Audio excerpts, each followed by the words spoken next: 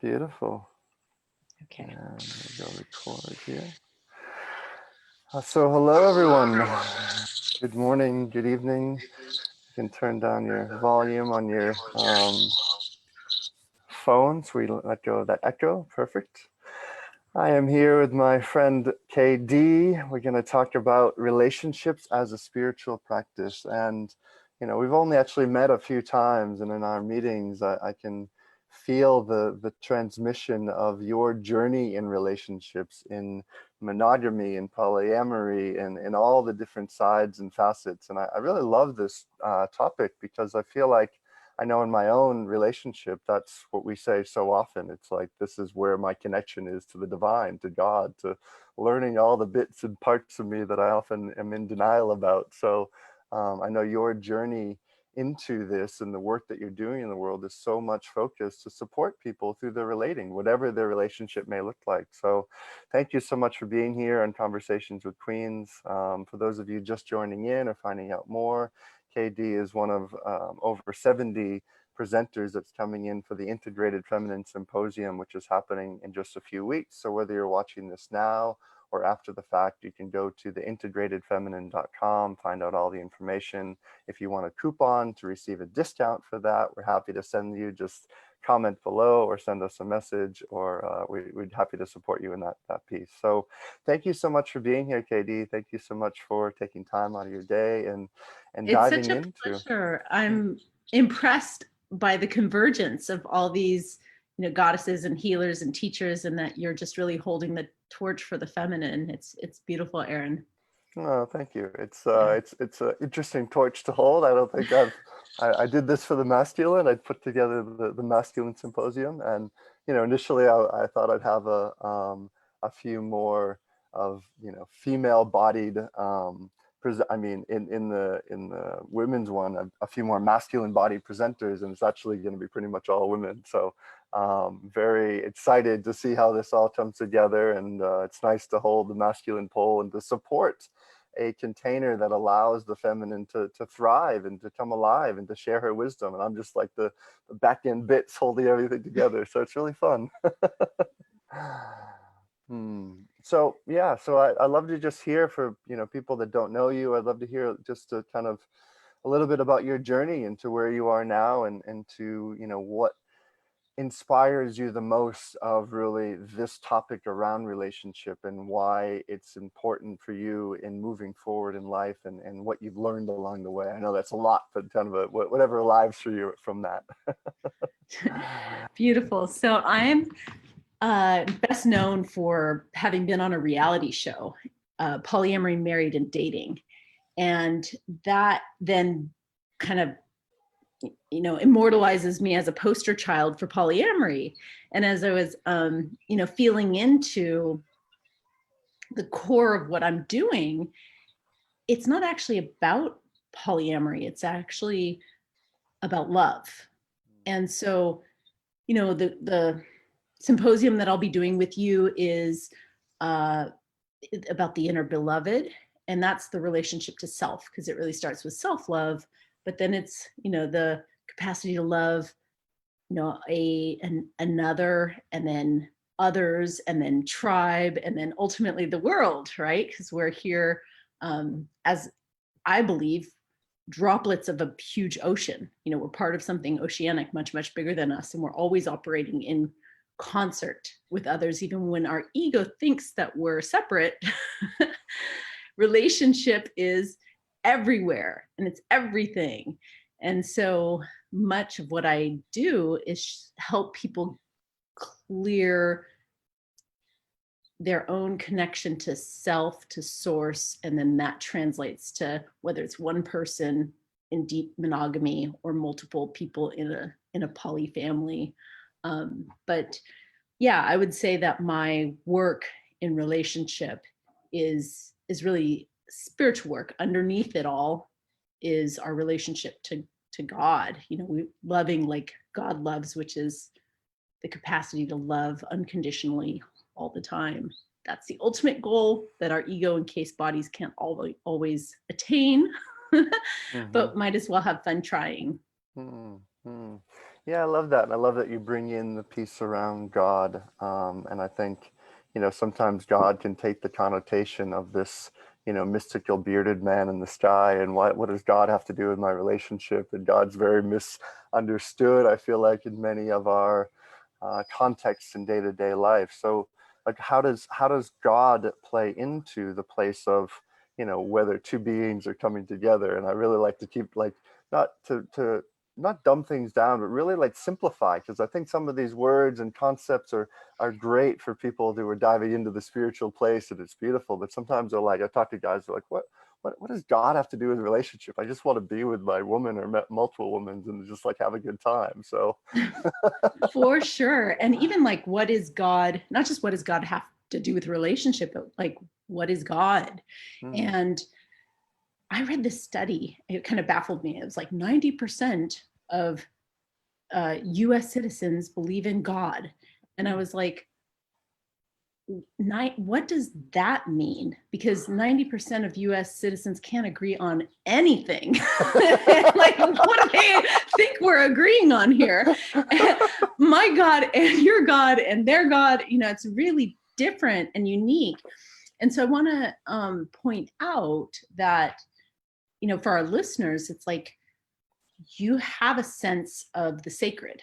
You have that which, puts you in touch with your essence or your life force energy. And maybe that's nature. Like my husband considers himself an atheist. And we've been married for 20 years, and I'm actually like Hindu trained as a polytheist, and I worship everything.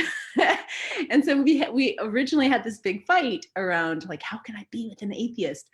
But he's a surfer, and he goes out and he centers his emotions and he communes with the marine life, and he comes back and I can feel that he's alive, and that's his spiritual practice. I can feel that he's communing with something bigger than himself.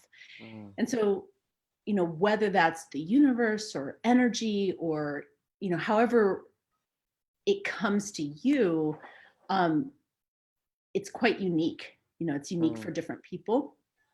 But how can we have a relationship if we don't know how to nourish ourselves from the source? Because then we show up to the relationship empty. mhm, So God has everything to do with the relationship. mm, When people come to me, so I've been coaching couples for over 20 years, and as they come to me, when there's a breakdown, it's almost always because people are under resourced.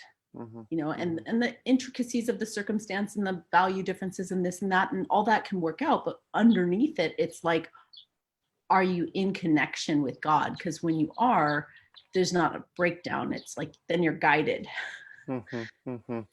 I love that you've been doing the couples work for so long. I think it's so necessary on this planet.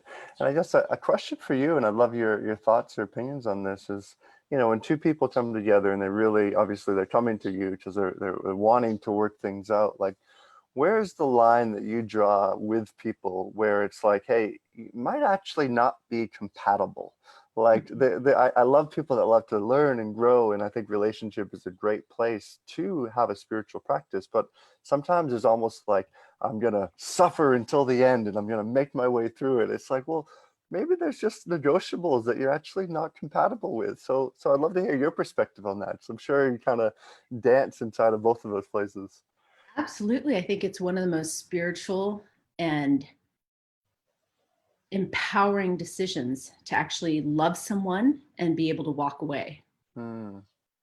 And at the beginning of any couples work that I do with people, I share with them that I'm here for your full realization. I'm not here to keep you together. Mm-hmm. And if your full realization means that we're going to reorganize the partnership for some kind of separation or some kind of de-escalation, or then that's a celebration as far as I'm Mm-hmm. concerned. Mm-hmm. um, Putting our realization before, the partnership helps us from being like trapped and imprisoned by, oh, I have to, or I made this empty commitment or I love this person and I'm so passionate about them, and they turn me inside out, upside down, and it's just drama and toxic chaos all the time. And I keep going through the washer machine. It's like, okay, how is that serving your full expression, if you can't find your inner peace in a partnership? Yeah, beautiful. And I love that you've been married for so many years. And I'm sure one of the statistics that we do see is so high is the divorce rate, and people coming together, their shit hits the fan and they're like, oh my God, I can't actually be with them. And then they find another one and then their shit hits the fan. So what's your like secrets for success inside of your marriage that doesn't lead you down the road of divorce? I'm sure people listening might be going through divorce or been through divorce. So what's your 2 cents around that? It is true. A lot of people have, been through it, are heading, it's a reality of relationship. The first thing I want to say is, people hear how long I've been married. They'd be like, oh, that's a success because of the duration. And from my perspective, duration isn't a measure of success. It's your growth. There's a couple of factors, but one is a sense of, are you your best version? Does the person you're with bring out your best version of you? There's also that kind of growth edge. Are you growing together? And then there's a contentment or an inner peace, because when we don't factor that in, people aren't actually in love. Oftentimes what they're in is some kind of a dramatic addiction. And my measure of success is, not just those but three things, the peace and the growth edge, and also, being your best version. But it's also like there are intricate compatibilities. Like I really assess a couple and look at, hey, where are your strengths? Where are your weaknesses? Because every couple has like a superpower together. And then they've got like their Achilles tendon. And so it's like, okay, are you bringing out, are you strengthening your strengths and strengthening your weaknesses as well? And but it has nothing to do with the duration of time together.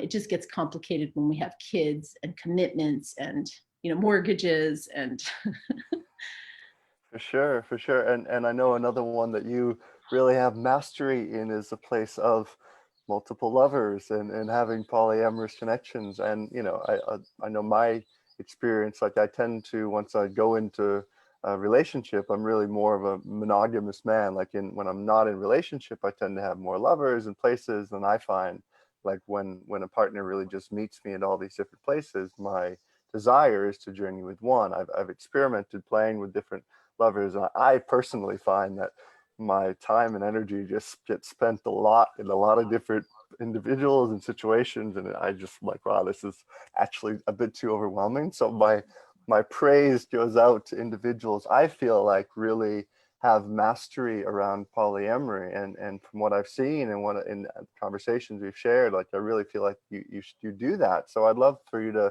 share a little bit about that journey, because I know sometimes people come into the tantric field, they're like, oh, so everyone's polyamorous. I'm like, no, but like there's some that do it well, there's some that do it really terribly, but they're learning as well. So like what are your tools or things that you've learned, because that becomes another piece of your marriage? So yeah, I'd love to hear some insight on that. Sure. To highlight what you said, there's some healthy spiritual, like incredibly empowered multiple relationship models. And then there's some dysfunctional, unhealthy, broken ones as well. But that's no different than in monogamy. There's healthy, gorgeous, sacred monogamy. And then there's also codependent or, like empty. And, there's just all kinds of broken, toxic monogamy as well. And so it's important to note that what kind of relationship style you choose is not like one's not more healthy than the other, one's not more evolved or better. It's the ultimate question is, are you choosing the style that's right for you, for the shape of your heart?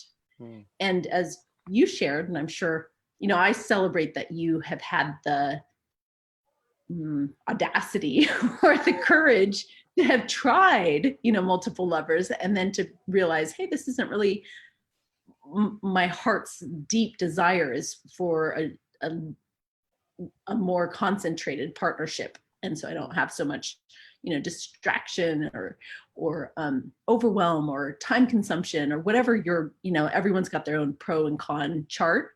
But I celebrate that you've tried it, because too often people are monogamous by default, so they just simply go into being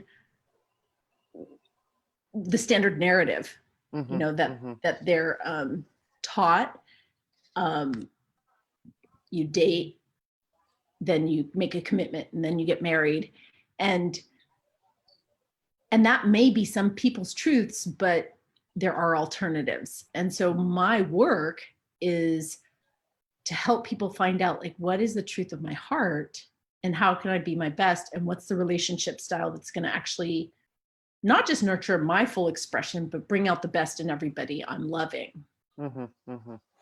Yeah, I love that, and I've dropped the IG. I think we fell out, so we'll let it go. Got it. Yeah, and this place of how can I be in my full loving, and and I like that you say that, because so often I do see people choosing monogamy by default, and I think there can be another way to that, and I'll say to even couples sometimes where you can feel like there's this desire of, oh, what's on the other side? Is the grass greener over there? And it's like, well, it's a good desire to give it a shot, to try it. It might not be for you, but if you've gone your entire lifespan and you've always been with one, beautiful. If you're really like choosing that from your heart, as you're saying. But the place of where like there's fear behind it. So how do you communicate to those people? You can see that there's like, oh, what is on the other side? Like how does transparency and communication play into like what can be healthy and what can be unhealthy? Good. There's so many questions in what you said. I'm like, where do I start? I'm go ahead and hit me with one question. Yeah, for sure. So communication wise, how can couples, who are together, who might want to explore having other partners, what are some of the tools that support them to have those honest conversations, to not feel everything crumble apart? Like how can that flow? Awesome. That's clear. And the reason it's important is because, like, where do I start? A couple starting this conversation is totally different than an individual starting hey, which path do I take? But Sure. if we're going to start with couples, and it's, I want to disclaim my bias, just because I'm married and we live in a society that puts a lot of privilege and priority on partnerships, that, people often assume, oh, it's best to have a solid, stable couple first, and then you open up. And that's not necessarily everybody's path. But I will answer the question by saying that if you happen to be in a deep partnership and there is a desire on one or both parties to talk about the possibilities, I would say take your time to actually feel your desires, to communicate the possibilities, to almost do virtual realities or fantasies about it.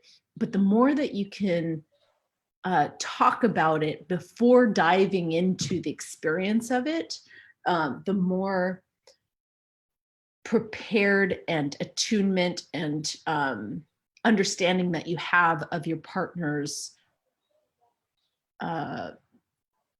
fears and triggers and jealousies, because those are the things that sabotage it.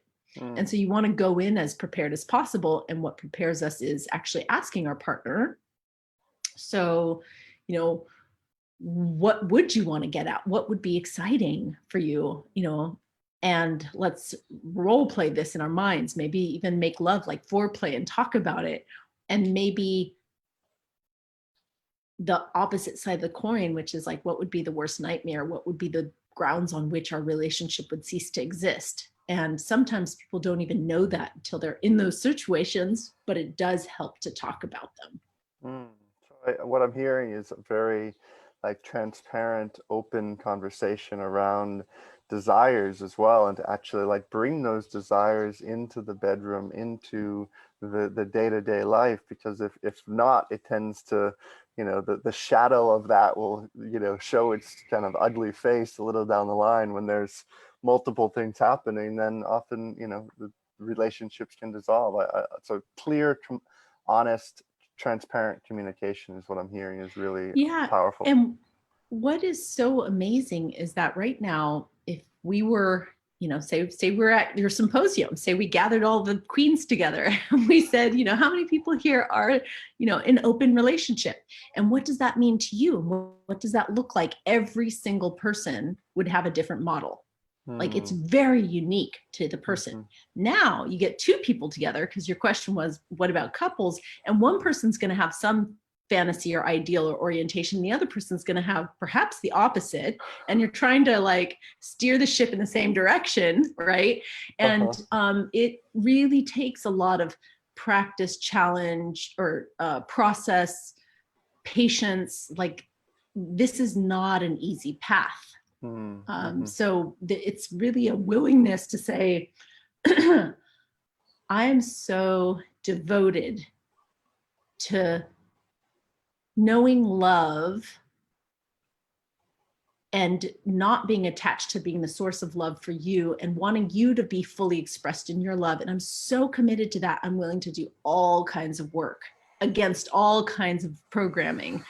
And, your other partner is like, okay, great. Let's both rewrite it's almost like throw out society's definition of love and aspire for something that's more wanting for each other. And that's the big shift, right? Our society is like, ooh, I want a partner who meets all my needs. I'm wanting from them. And in polyamory, it's like, I actually have to come from an abundant place of like, I want to see my partner fully realized. And so I'm willing to do all this work so that they can have their wildest dreams come true.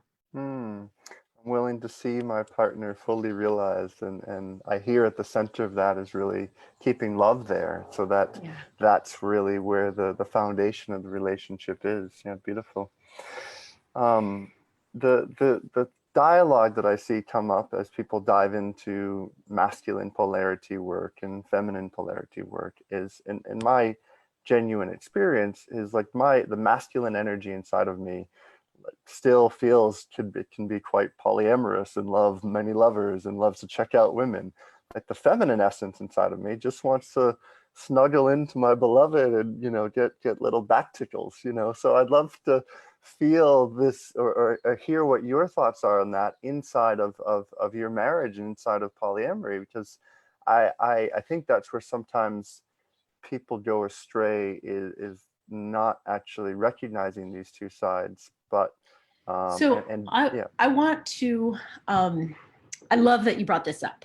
And I'd like to decouple your generalization of feminine and masculine. And I absolutely trust that you know yourself and what's happening inside your feminine and your masculine. For sure. But let's instead of, so there's a feminine and masculine polarity, and then there's this other universal polarity, which is security and freedom. And that pull to be secure and free is not gender or even, energetically gendered. And so this is important because if we look at the matriarchal goddess cultures, oftentimes there was a type of a polyamory where the woman who's multi-orgasmic, who could go all night, who might take a lot of lovers, and the man is like, he comes and he's done. And he wants one woman, and like, that's it. For sure. And so, it's people think it's a certain way or it's another way because men are, celebrated for being studs and women are shamed for being sluts. And so we have this, this wounding in our culture that has kind of genderized this, but that's not the essential nature of it at all. Inside every individual, there's a strong need for safety and security. And there's just as equal a fierce desire for freedom, for liberation, for adventure, for exploration. And we're, all dealing with that polarity. And then the minute we get into relationship and we put those two polarities together, those two will polarize. So let's just take you and I, Aaron, and let's say, and this is perfect because it's gender opposite, right? So Yeah. I'm, although I'm gender transcendent, I'm in a female form.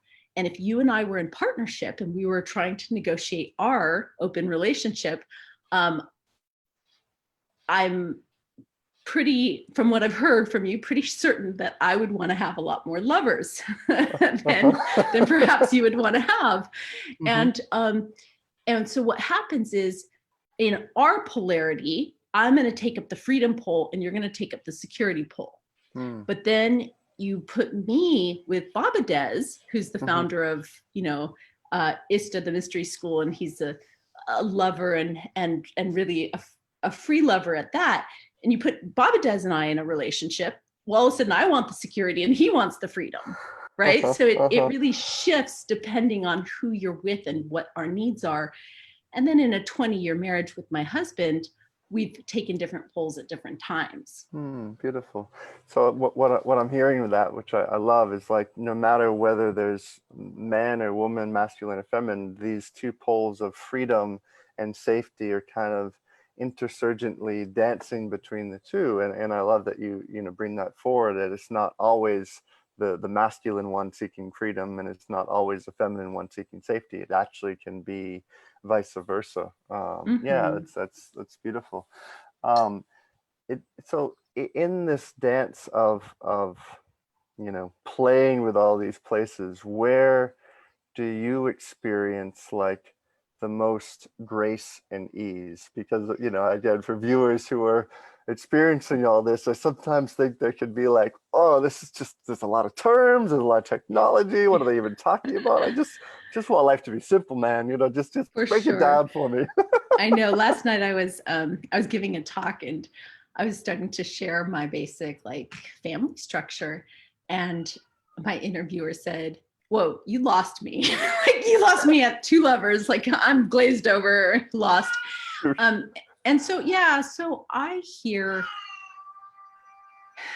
your question is like, where is the sweet spot or the what I imagine everybody has to do is look inside and say, why am I doing this relationship? Mm-hmm. And we're way beyond the times in which we're doing our relationship for, just to have kids. We've got a very complex demand to also have love be a central part of it. But beyond just because I've fallen in love with this person and I have the wild chemistry and we have this hot connection, there's often like a deeper call and a deeper soul contract. And if we don't have that, we tend to get bored after a couple years. Technically, the cascade of dopamine and oxytocin and other chemicals that are infused when we're first falling in love, when that dries out, if there's not a deeper soul calling for this connection, you're not going to last. And so I feel into connections at the soul level. And it's, some people have this orientation towards, oh, my twin flame, a soul, one other soul person. But I'm proposing, and I invite all kinds of people that I work with to look at how, we're in these soul tribes, we're in these soul groups. And what is the soul contract between you and your kids? What's the soul contract with your parents, your aging parents? What, and when I say what's the soul contract, I'm asking you, how do you get beyond the personality? Relationships can either have friction with the personality or certain quirky ways of relating, but getting way beyond that and being like, why are we here on earth together at this time? And how can we nurture each other's full realization? Mm-hmm. And it doesn't have to be one partner to do that with. And you don't have to have sex with a lot of people to do that with either. It can be, your friends and your spiritual teachers. But I'm a huge advocate. And what keeps it simple for me is, what is right relation between me and everyone in my ecology? Mm-hmm. Mm-hmm. And feeling into that right relation, and what I'm hearing from you is, I also like aware on the personality level, but also on the deeper like soul level. How is this, bringing evolutionary and evolution and growth to my soul in terms of how I'm experiencing this human experience, and navigating through it all. Yeah, beautiful. Yeah, it has to be both. To Mm-hmm. be in relationship, our personalities serve our souls. Personalities have to get along. I've had experiences. I have a mentor who passed away, and my personality and her personality just never fucking got along. Like, we were always at odds. We disagreed about everything. But when she transitioned, the real mentorship deepened, and I really got, oh, this is why this person's in my life. This is the soul contract I have with this person. And I chose, while she was alive, for the most part, not to be in relationship with her. She was one of the people I had the courage to walk away from. Mm-hmm. But to be in relation with someone, we have to say, okay, our personalities, we want to work out the quirks and go beyond. Yeah, beautiful. The other thing I'd love to kind of dive into just a little bit is to hear, I know you're a mother, and I know that's a deep heart chords for you. How does this journey of motherhood, the conversations with your children around monogamy, around polyamory, and probably maybe the judgments or the things that might come from the outside or their friends and family. And I see this happen with parents who are parents, and then they might start having other lovers and other situations. And how do you communicate this most effectively to your children to keep that love at the center, as you so beautifully have been sharing? Like, Mm-hmm. talk a little bit into that dance with motherhood, and how that's all coming together. Happy to. It's one of the areas that I'm, humbly learning as I go. I'm like, oh, you can be an expert in all kinds of things, but nothing humbles you as much as a 13-year-old who's going through puberty at the same time that you're going through menopause. And you're like, neither of us have been through these rites of passages. We have no fucking idea what's on the other side. And I love that the principles of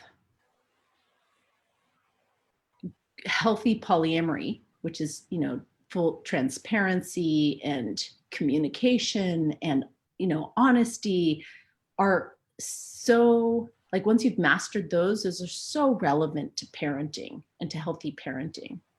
And so there isn't a question that my son's ever asked about our lifestyle or that I've denied. Like, I'm always available to talk to him about sex or about relationship or about anything psycho-spiritual.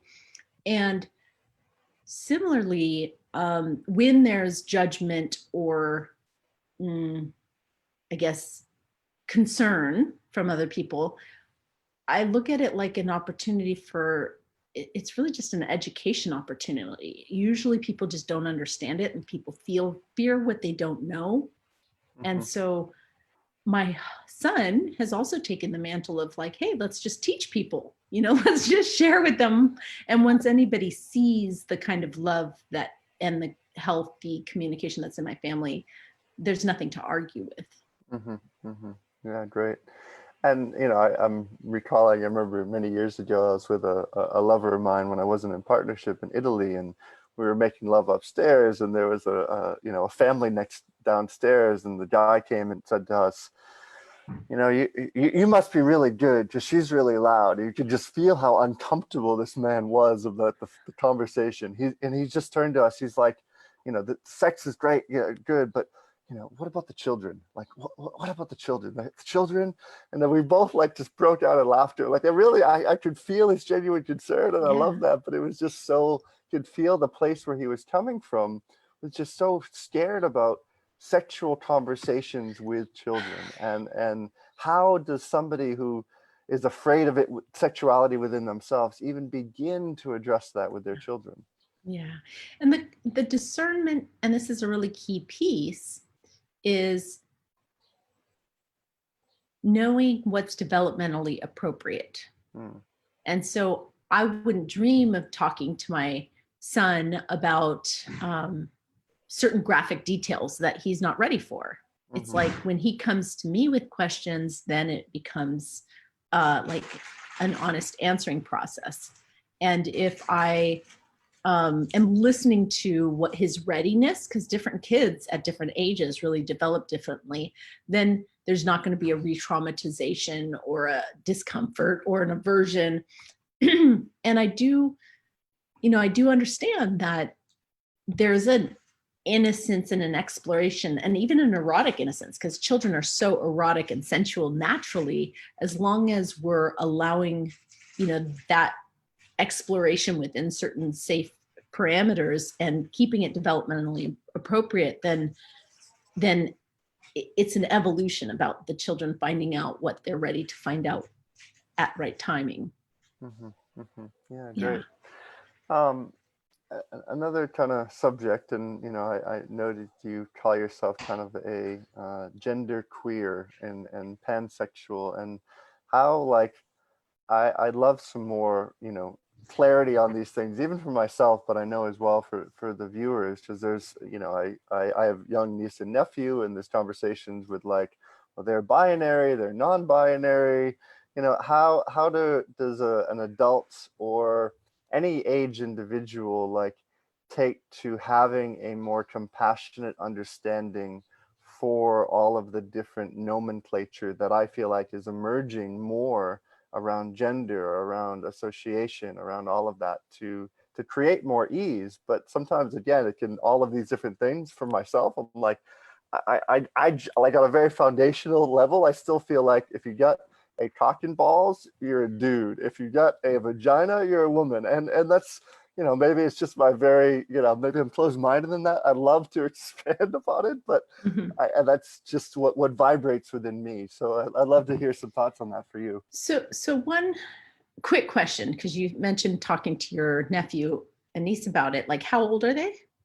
My nephew is 16. My niece is 18 now. And I've just seen their growth. And, like, I remember one of them saying, well, now there's this girl at school who wants to call herself a dolphin. And that's what she's, and she doesn't have She identifies as a non-human. Yeah. Yeah. Yeah. So the reason I'm bringing up the age is because we are genuinely at a cultural crossroads. Like, this is an unprecedented time for so many reasons. But I will say that at the forefront of what's shifting is our understanding of gender. And those who are, like your niece and nephews, kind of under the, like, they're growing up in it. It's not a difficult conversation or challenge. They just weren't, oftentimes they're not born, the old binary constructs are falling away, and what's emerging is, yes, new language, new possibilities, deep conversations, and we're having to just open ourselves, even those of us who don't have the experience, who are very content in their cisgender, cis being like, you're happy with the sex you were assigned at birth. And if that's the case, then looking at it and saying, wow, there are other people who aren't always happy with the sex assigned at birth, and they're on a gender journey. And that gender journey is one of discovering their own authenticity. And it used to be, if you aren't happy at your sex at birth, then you're going to transition into the opposite. And that was pretty much what was available. It was like, okay, you're trans woman, trans man, depending. And that's no longer a linear journey. Mhm. It's now more the spiral path, which is way more shamanic. It might be, and I know a lot of friends and lovers who've actually done the hormones and the surgeries, and they were operating in the world as a trans one. I'll speak to a trans man I was speaking with last night, is operating in the world as a trans man, and he felt like he was faking the whole time. He's like, you know, truth is I'm not a man. I'm not. I thought I knew I wasn't a woman, and so I did all these surgeries, and I thought that I was a trans man. But the truth is now I'm not. And he found himself being more agendered. And so what we're creating is it's almost like that transition between, like, when the world used to only have black and white TV, and then all of a sudden it's in, you know, Technicolor, because gender is a whole huge, like, not just the rainbow, but like a 64 box of crayons, you know, with all the various like tones and hues. And I say that because some people are actually choosing, and that's their prerogative, because they'll go to their grave saying, hey, I prefer my TV black and white. Like, you all are just, that's just overwhelming, too confusing. Like, I'm not wanting to change. And so they're going to go to, you know, like, they're happy watching their black and white TV show. It's either feminine or masculine. And this conversation can be really threatening, because if somebody's secure and happy in their gender assignment, it's like, hey, why can't everybody else just be happy with theirs? And it's like, some people, it's just, there's no going back. That's not an option. You can't unsee color once you've, you know, made that change. Yeah, no, I love that. I guess the other kind of question in this, and I'm sure you can relate, is where, like, what I hear you saying is, you know, people weren't necessarily happy with their gender assignment, and fair enough. Like, I think there's a lot of different reasons that unhappiness can circulate around. So where is the distinction between, like, when we're unhappy, you know, because there's like often deep-rooted trauma and things that have happened to us at a young age, and where's this place that trauma plays into all of this? And I think everyone has the full righteousness to choose what their path is, to choose what their gender is, and I actually celebrate it. I love to see the Technicolor dream that we're living in. It creates so much variety. But I'd love to hear, like, on a very foundational level inside of our DNA, when we have traumatic situations that happen at birth or after birth, how that can play into this question of, well, I wanted to do this, but now I wanted to do this, and maybe there's something underneath the surface of all of that. Yeah. I'm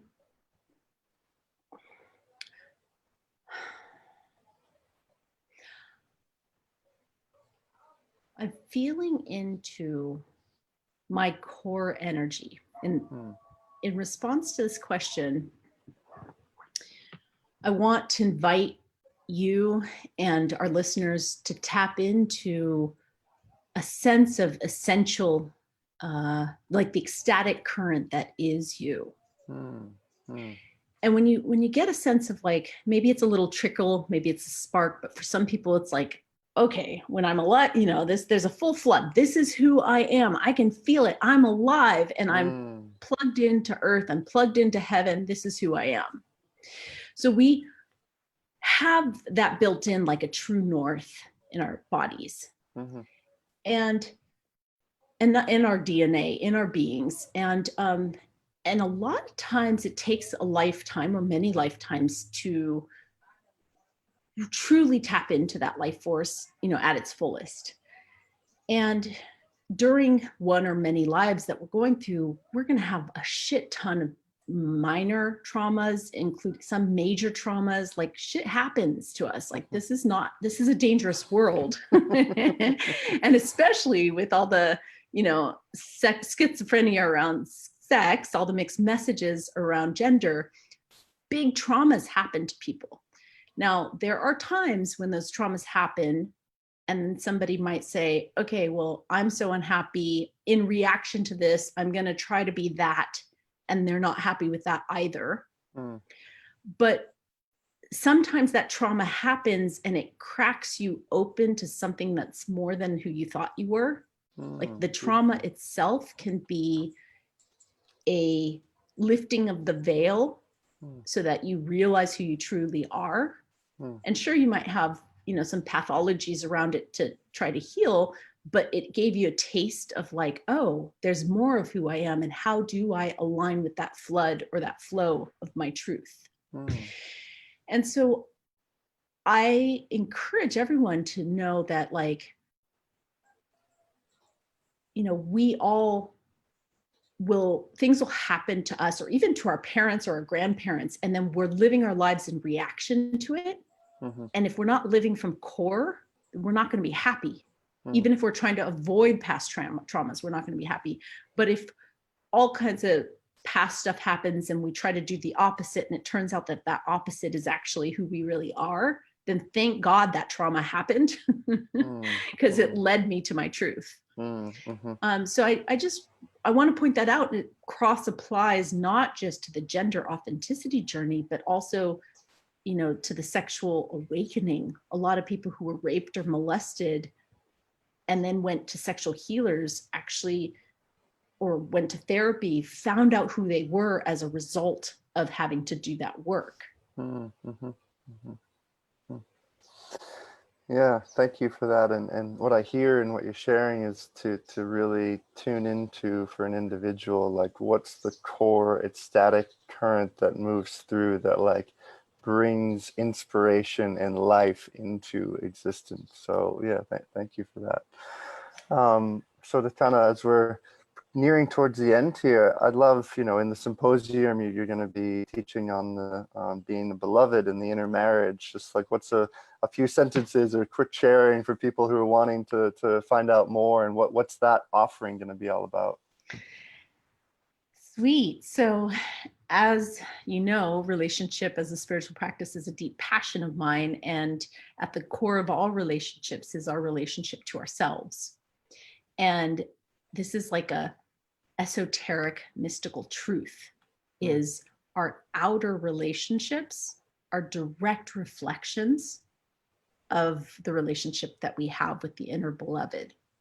So, whether you're happy or not with your outer, whether you're single or have multiple relationships or completely married, like that really outer relationship can only be deeply enhanced, on a quantum level. If you want to take it to more satisfaction, then you want to sanctify this commitment, to your wholeness inside.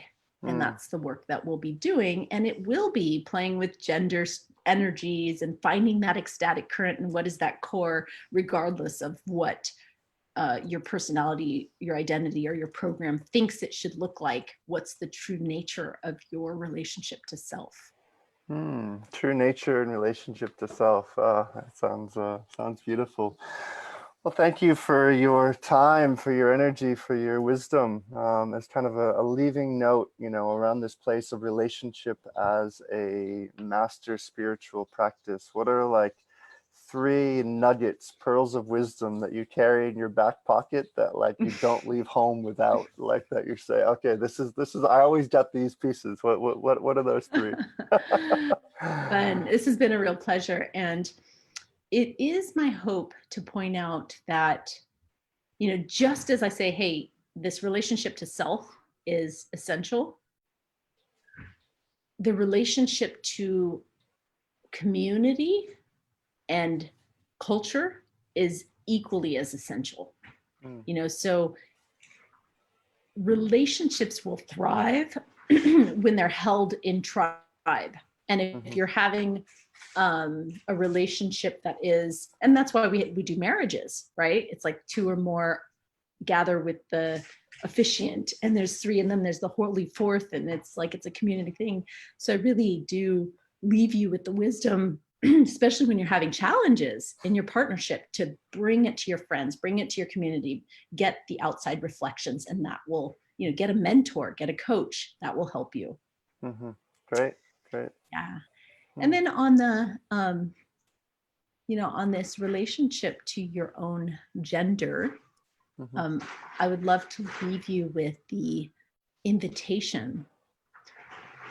And it's an invitation to explore the inner opposite, like whatever sex you were assigned at birth, be in dialogue or in prayer with the non-dominant part of yourself, and just be open to, hey, I'm more than just this biological sex, and what are the mysteries that want to come through me opening to the opposite. Beautiful. Yeah. Yay.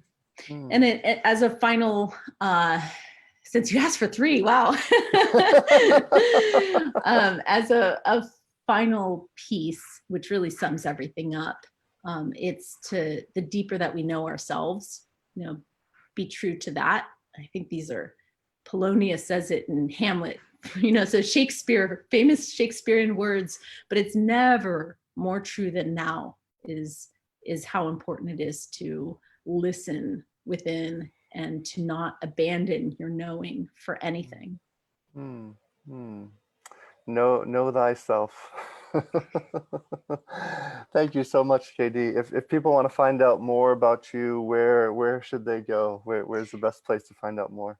KamalaDevi.com. And I also have, if you sign up for my newsletter, I have several chapters, free chapters. I've got 2 new books that I'm on tour promoting right now.